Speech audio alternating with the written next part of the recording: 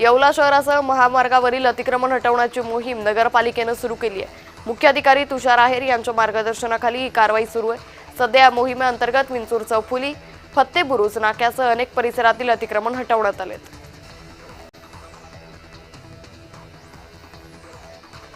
नागपूरमधील 24 तास पाणी पुरवठ्याचं काय झालं असा प्रश्न केंद्रीय मंत्री नितीन गडकरींनी प्रशासनाला केलाय।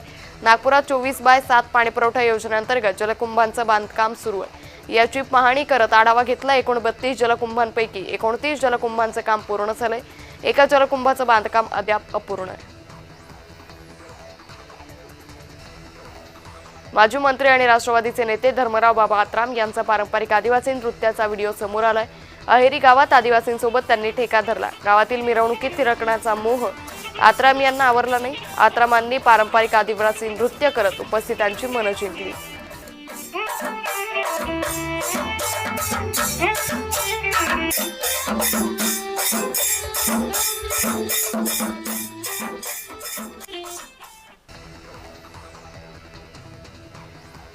तालिबानच्या काबूलमधील भारतीय दूतावास पुन्हा सुरू होणार आहे। तालिबानचे परराष्ट्र मंत्री आमिर खान मुत्ताकी यांच्याशी चर्चा केल्यानंतर परराष्ट्र मंत्री एस जयशंकर यांनी ही घोषणा केली।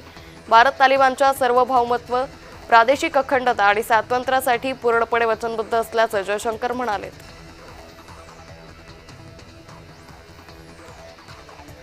यंदाचा शांततेचा नोबेल पुरस्कार व्हेनेझुएलाच्या विरोधी पक्षनेत्या मारिया कोरिना मचाडो यांना जाहीर झालाय। यामुळे ट्रम्प यांचे नोबेल पुरस्कार मिळवण्याचं स्वप्न भंगलंय।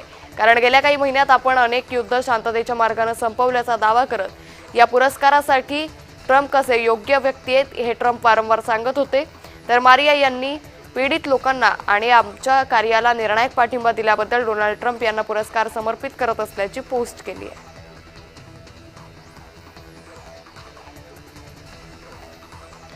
हरियाणा पोलीस दलातील वरिष्ठ IPS अधिकारी वाय पूरन कुमार यांच्या आत्महत्येप्रकरणी कारवाई होण्यास सुरुवात झाली आहे। हरियाणाचे पोलीस महासंचालक शत्रुजीत सिंह कपूर यांच्यासह 13 पोलीस अधिकाऱ्यांवर आणि निवृत्त पोलीस अधिकाऱ्यांविरोधात गुन्हा दाखल झालाय। वरिष्ठ अधिकाऱ्यांनी मानसिक छळ केला, जातीवरून भेदभाव केल्याचा आरोप त्यांनी सुसाईड नोटमध्ये केला होता। गाझामध्ये इस्रायल आणि हमास दरम्यान झालेल्या युद्धबंदी कराराला सुरुवात झाली आहे। त्यानुसार या भागातील इस्रायली सैन्याने माघार घेण्यास सुरुवात केली आहे। तरीही पॅलेस्टाईनने गाझाच्या अनेक भागात शुक्रवारी बॉम्ब हल्ले झाल्याचा दावा केलाय। सैन्याची माघारी सुरू झाली असली तरी गाझातील 50% भागात नवीन ठिकाणी सैन्याचं नियंत्रण राहणार आहे असे इस्रायली अधिकाऱ्यांकडून सांगण्यात आले।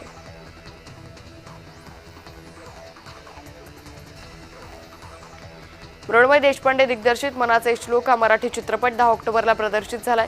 या चित्रपटाला पुण्यातून विरोध होतोय। पुण्यात या चित्रपटाचे शो हिंदुत्ववादी संघटनेने बंद पाडलेत। कोथरूड येथील सिटी प्राईड चित्रपट कार्यकर्त्यांनी चालू शो मध्ये गोंधळ घालत शो बंद केला।